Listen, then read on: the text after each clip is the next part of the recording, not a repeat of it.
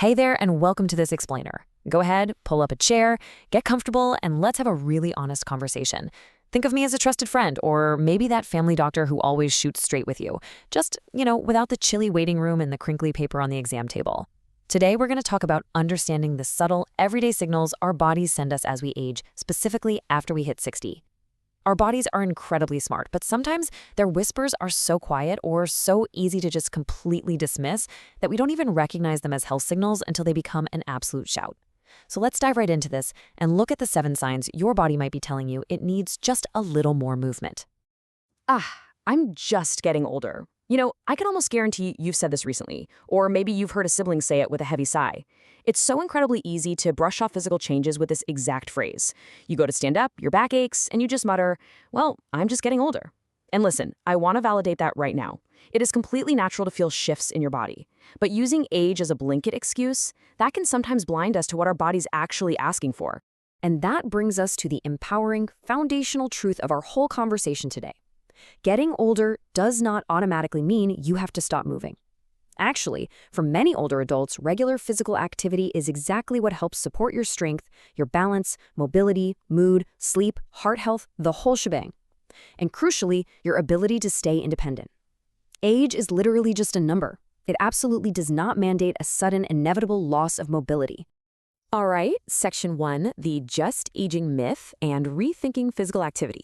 We really need to dismantle this myth, which usually stems from a massive misconception about what physical activity actually looks like as we get older. There is a huge distinction between exercise and movement. Exercise, that's your formal, sweaty 30-minute session at some crowded gym. But movement is gardening. It's carrying the laundry or simply taking the stairs instead of the elevator. If you currently do very little physical activity, there is no way you have to jump into an intense daily workout routine. Movement is simply about living your everyday life actively. Break up long periods of sitting by walking to the kitchen during a commercial break. It all counts, and believe me, it all adds up. Moving on to Section 2, early warning physical signs. Basically, listening to your body's whispers. So, sign number 1, do you feel unusually stiff after sitting or resting? Think about how your knees, your back, or your hips feel, and maybe even how they sound, snapping, crackling, and popping like a bowl of cereal when you stand up from your favorite chair after a long movie. Now, occasional stiffness is totally normal, but if your body feels increasingly rigid, tight, and uncomfortable after inactivity, that's not just getting older. That is a direct request from your joints and muscles for more regular movement throughout the day, just to keep that fluid circulating. Sign number 2, are ordinary daily tasks getting harder? Think about carrying groceries in from the car, getting dressed in the morning, or twisting around to check your blind spot when you're driving. Does it take more effort than it used to? Do you find yourself needing to push off hard with your hands just to get out of a chair? These might seem like minor inconveniences, but they're incredibly useful indicators. Your body doesn't need strength just to flex muscles in a mirror. It needs strength to do real-life, practical things with ease. Section 3, shifts in strength and balance, the true foundation of your independence. Okay, sign number 3 is a big one. Are you walking less than you used to? Look, I completely understand that bad weather, joint pain, or certain medical conditions are very real barriers. But if you've gradually started driving to the corner store because walking just feels like a chore, or you keep finding excuses to stay inside, please pay attention to that. That shrinking walking radius is a subtle red flag. Gradually staying closer to home without a clear, specific medical reason is a sure sign your body is losing its habit and tolerance for movement. Sign number 4, does your balance feel less confident? Do you find yourself reaching out to sort of surf the furniture as you walk through the living room? Do you get nervous when stepping off a curb or feel the need to grip the stair railing way tighter than you used to? Balance is a highly coordinated skill.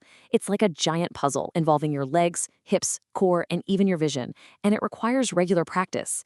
It is definitely not something you only want to think about after you've had a fall. Sign number 5, are you losing strength in your legs? This is one that really creeps up on you. Maybe you need to pause halfway up a flight of stairs to catch your breath, or standing up from a low, deep sofa has become a serious struggle. Walking is a fantastic baseline, but walking alone might not give your major leg muscles the strength-building stimulus they need to stay fully functional. But hey, the solutions here are incredibly accessible. When I say you might need more strength, I am absolutely not telling you to become a bodybuilder. We're talking about simple, practical tools, resistance bands, light weights, or just controlled bodyweight exercises. Even something as simple as doing a slow, controlled sit-to-stand from a sturdy chair. Or, of course, doing routines specifically prescribed by a physical therapist. The goal is entirely practical here, preserving your ability to comfortably carry your groceries, work in your garden, and safely play with your grandkids. Which brings us to section 4, breaking the fatigue cycle, or what happens when resting actually makes you more tired. This introduces sign number 6, feeling unusually tired after ordinary activities, and it leads straight into the hidden trap of inactivity. Step 1, you feel tired. So, naturally, step 2, you decide to move less to get some rest. But here's the trap. Step 3, because you're moving less, your body actually loses its physical capacity. It adapts to doing less, which leads directly to step 4. Now everyday activity feels even harder and makes you way more exhausted. To break this downward spiral, we use pacing. You don't need a heroic workout. You might just need a few minutes of gentle walking, then a rest. You build that capacity back up slowly and methodically. Section 5, the most crucial sign, the emotional toll of immobility. And here we are at sign number 7. You're avoiding activities you genuinely enjoy because your body just doesn't feel capable anymore. I want you to let that sink in for a moment. Have you stopped taking trips because navigating the airport feels entirely too daunting? Have you abandoned your garden because bending is just too painful? Are you sitting out the dances at family weddings? When your body stops cooperating with the things that bring you genuine joy, man, that is the most powerful, heavy signal of all.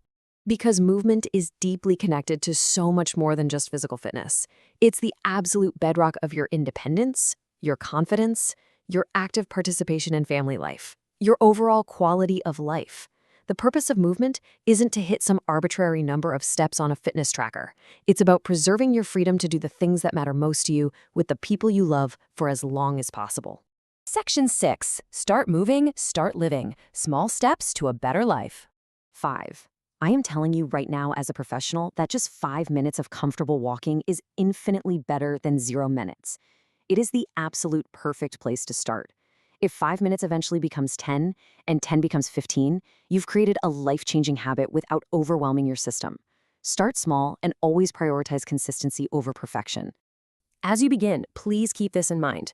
The goal isn't to become the younger version of yourself. Actually, scratch that. We can't turn back the clock anyway.